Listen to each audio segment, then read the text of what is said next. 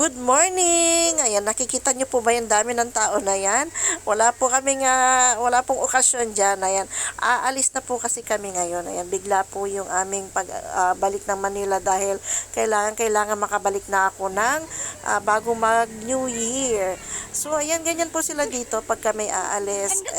Talagang inihahatid ka nila sa kalsada hanggang sa makaalis ka.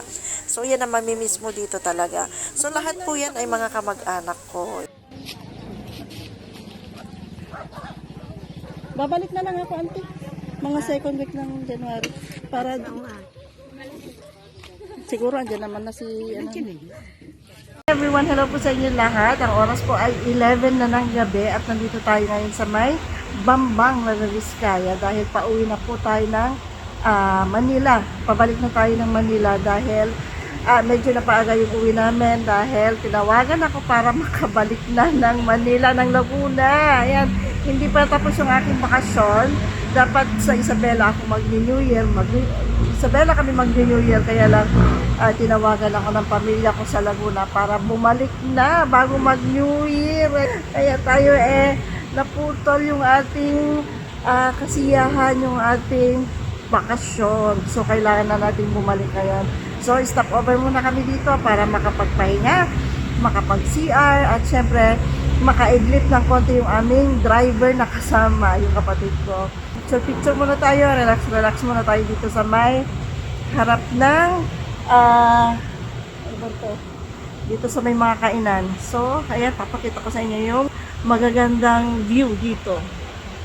Ayan. Ito lang naman na yung mga view dito na nagagandahan ako. Yung kanilang Christmas decor, yung kanilang Christmas lights, makikita dito. At saka yung kanilang giant na Christmas tree. Ayan, napakaganda. At syempre, yung kanilang Santa Claus. Ang sarap tumampay dito sa harapan. And ayan, malinis yung lugar dito. Ayan ang makikita dyan. Medyo maganda dun sa may labas, kaso madilim, hindi natin makita. Ayan. Ito ang palibot. Ayan, mga kainan yan. Yung iba sarado. Doon, bukas yung kainan doon. Ayan, syempre, meron dyang gasoline station. Ayan. Patulugin ko lang yung kapatid ko kahit man lang 1 hour para hindi siya antok-antok sa pagmamaneho.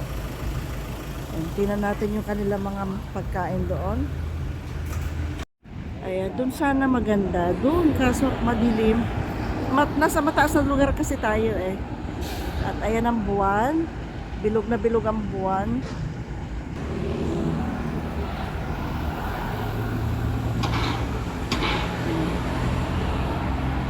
Alis tayo ng bahay kanina, mga 5 o'clock na. So, 11, meron na tayong 6 na oras na biyahe at meron pa tayong natitirang 6 hours. Sana hindi tayo matraffic mamaya pagdating sa Manila para maaga tayong makauwi sa bahay. Bitin yung ating bakasyon.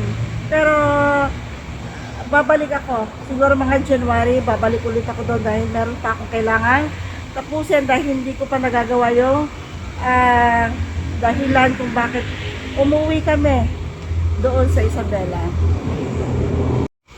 Ayan, balik na tayo sa may sasakyan. Medyo haggard na yung itsura natin. Hindi pa tayo nakakatulog ng kaunti.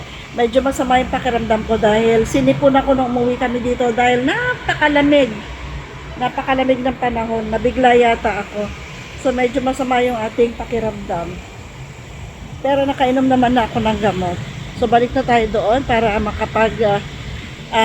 makaidlip naman na kahit kaunti.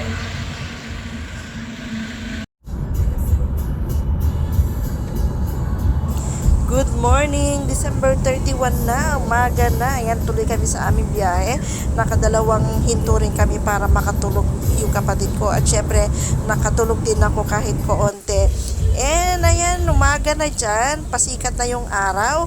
At makikita nyo dyan yung mga naggagandahan at nagtataas ang building. Ibig sabihin yan ay nasa Manila na kami. Dahil malapit na yung bahay ng nanay ko dito ay dadaan muna kami doon.